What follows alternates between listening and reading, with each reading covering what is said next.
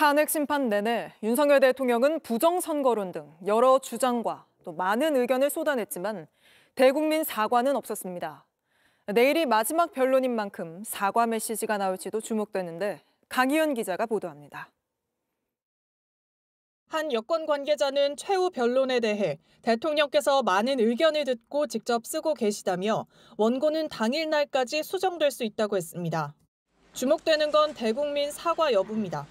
윤 대통령은 지난해 비상겸 선포 이후 혼란에 대해 딱 2차례 사과했습니다.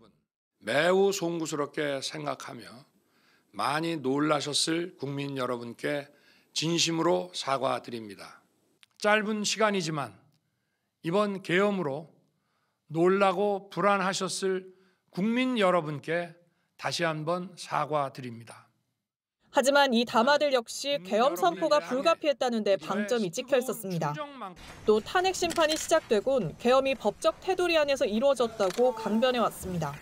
아무런 일도 일어나지 않았는데 뭐 지시를 했니, 지시를 받았니, 뭐 이런 얘기들이 마치 어떤 호수 위에 떠 있는 달그림자 같은 거를 쫓아가는 그런 느낌을 좀 많이 받았고요. 윤 대통령은 최후 변론에서도 공수처의 수사는 위법하고 야권은 탄핵 공작을 벌였다는 기존 입장을 반복할 걸로 보입니다. 일각에선 임기 단축 개헌과 같은 제안을 할 수 있다는 전망도 나오는데 일단 윤 대통령 측은 탄핵을 면하기 위해 조건부로 뭘 하겠다는 건 대통령의 방식이 아니라고 선을 그었습니다. 진정성 있는 사과가 필요하다는 목소리가 여당에서도 이어지고 있습니다. 최소한 대통령이 양심적으로 크게 사과하는 것이. 하지만 그간 대통령의 태도와 결국 결단은 대통령께서 하시는 거란 주변의 전언에 비춰볼 때 내일도 윤 대통령이 진정성 있는 사과를 할지는 불투명합니다. JTBC 강희연입니다.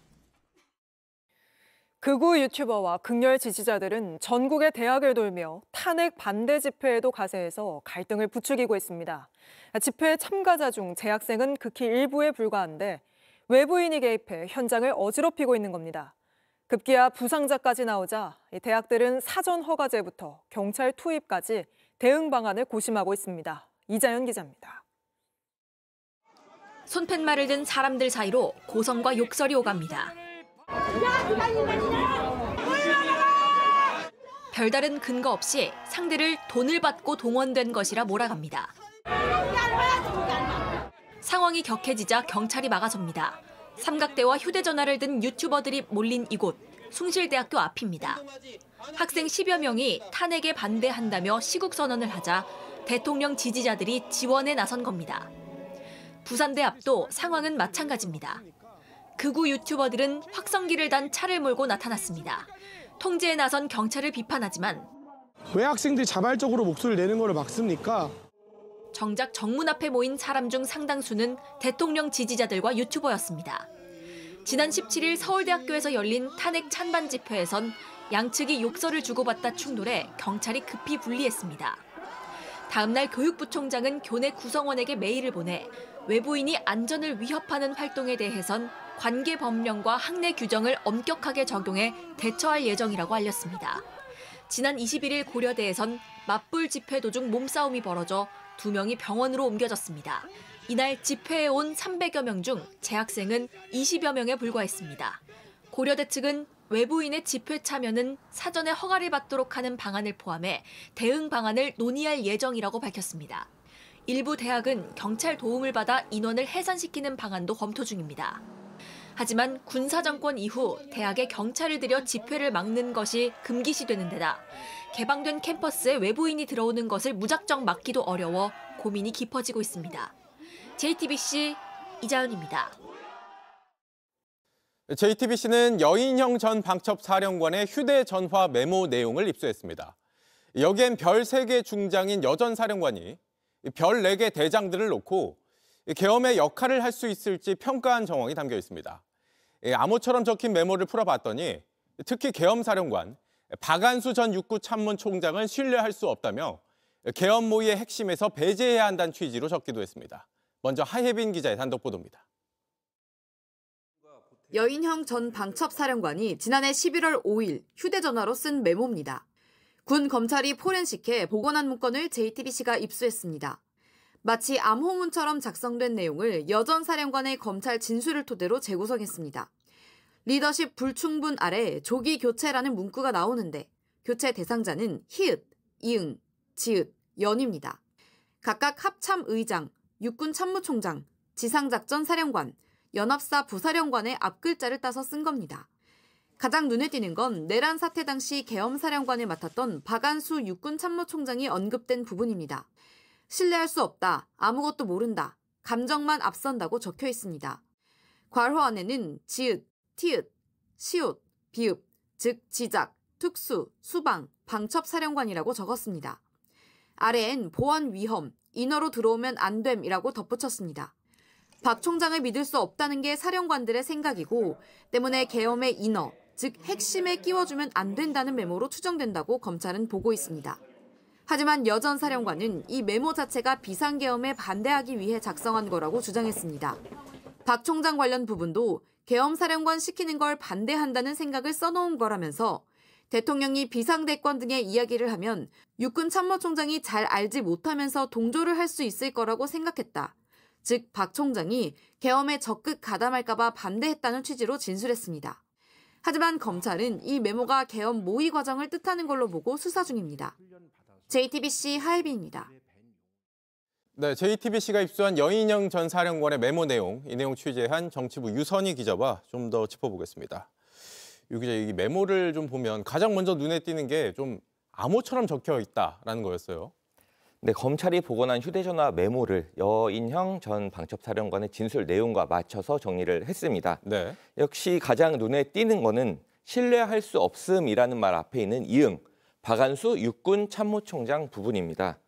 뒤에 있는 지읒, 티읒, 시읒, 비읍은 이제 지상작전사령관, 특수, 수방, 방첩사령관을 의미하는 거거든요. 네. 앞서 전해드린 대로 계엄사령관을 맡았던 박 총장은 신뢰할 수 없다라는 이유로 계엄 모의 과정에서는 일단 배제가 됐던 것으로 보입니다. 네, 저희가 많이 봤었지만 이 박안수 총장은 계엄사령관 신분이었는데도 이 계엄 관련한 질문을 받으면 증언 때마다 난 모른다 이런 얘기를 반복했었잖아요. 네, 무슨 계엄사령관이 저렇게 말을 하냐, 일부러 모르는 척하는 거 아니냐 이런 얘기도 많이 있었습니다. 네. 이 메모를 보면 아무것도 모르는 사람이다, 감정만 앞서는 사람이다 라고 이제 여인영 방첩사령관을 필두로 한 그 사령관들의 평가가 이렇게 나왔다는 거거든요. 네. 이런 평가 때문에 일단은 계엄 모의 과정에서는 배제가 됐던 것으로 보입니다. 그렇다면 이 자체로 비상계엄이 얼마나 사적으로 이루어진 것이냐, 계엄사령관을 사실상 꼭두각시로 앉혀놓고 마음 맞는 사람들끼리 모의한 것 아니냐, 이런 정황이 메모를 통해서 드러나고 있는 겁니다. 네, 그러니까 직책만 계엄사령관이었을 뿐 이 논의 자체에서는 굉장히 배제됐을 수 있다라는 정황이라는 거죠. 네. 이 여 전 사령관은 이 메모가 내가 이걸 계엄에 반대하기 위해서 적은 거다라고 주장하고 있어요, 지금. 네, 근데 이제 앞뒤가 안 맞는 것으로 보인다라고 검찰이 굉장히 이렇게 매섭게 질문을 한 부분을 확인을 했습니다. 네. 검찰은 특히 메모 전체를 봤을 때 반대, 부정 이런 언급은 전혀 없고 오히려 계엄의 성공을 위해서 조언을 했던 것 아니냐 이렇게 물어봤는데요. 네. 여 전 사령관은 이 부분을 들고 나왔습니다. 내가 오판하지 않도록 직언드렸다고 쓰지 않았느냐. 그러니까 계엄을 할 만한 상황이 아니니까 하지 말자라고 이제 반대했다는 그런 증거가 된다라고 얘기를 하는데 네. 검찰은 그것만 볼 수 없다. 그 앞을 보자. 호기를 잡도록이라고도 써놓지 않았느냐. 이게 결국에는 좋은 시기를 잡아서 계엄을 하자는 뜻이지 어떻게 계엄을 하지 말자는 반대라는 의미냐, 이렇게 양쪽이 공방이 되게 치열하게 오간 부분도 확인이 됐습니다. 네, 아마 보시는 분들도 판단을 하실 것 같습니다. 네. 저희가 여 전 사령관이 이 메모를 적은 날에 누구와 통화했는지도 확인을 했죠. 네, 이 메모가 작성된 게 비상계엄 약 한 달 전입니다. 11월 5일에 두 차례에 걸쳐서 작성이 됐습니다. 그날 통화 기록을 좀 보면 오전 8시 27분에 이진우 수방사령관하고 31분 동안 통화를 합니다. 네. 그리고 나서 오후 4시에 1차 메모가 작성이 됩니다. 짧은 메모거든요. 네. 그리고 나서 저녁 8시 50분에 이진우 사령관, 곽종근 사령관하고 연달아 통화를 하고 나서 그리고 나서 2차 메모가 작성이 되는 겁니다. 이게 이제 주된 내용이 다 담겨 있고요. 그리고 나서 다음날 아침에 바로 또 이진우 사령관, 곽종근 사령관이랑 연달아 통화를 하게 됩니다. 이 세 사람 메모에 그 마지막 부분에 공교롭게도 나오게 됩니다. 네. 네. 특수, 수방, 방첩 이 세 사람이 그날 연달아 통화를 한 겁니다.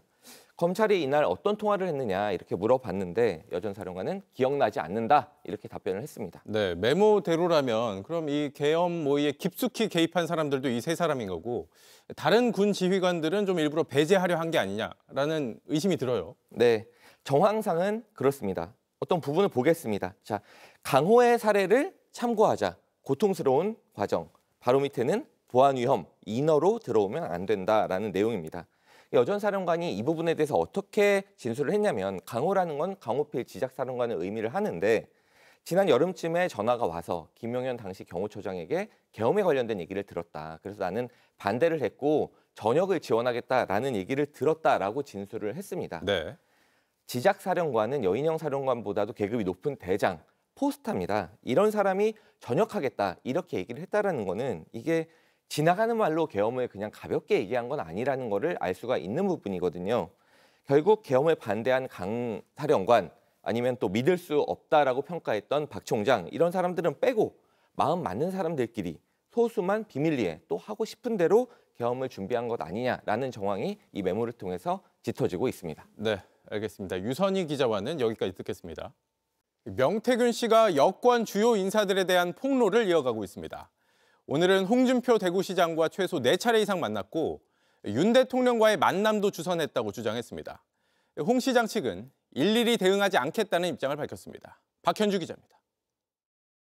명태균 씨 측 남상권 변호사는 2022년 1월 19일 명 씨의 주선으로 윤석열 대통령과 홍준표 대구시장이 만났다고 주장했습니다. 당시 윤 대통령은 대선 후보였습니다. 명태균 씨는 윤석열 후보로 하여금 홍준표 지지를 이끌어내기 위하여 만남을 주선합니다. 명 씨까지 세 사람은 서울 강남에서 만났고 이 자리에서 홍 시장이 특정 인물의 전략 공천을 요구했다고 말했습니다.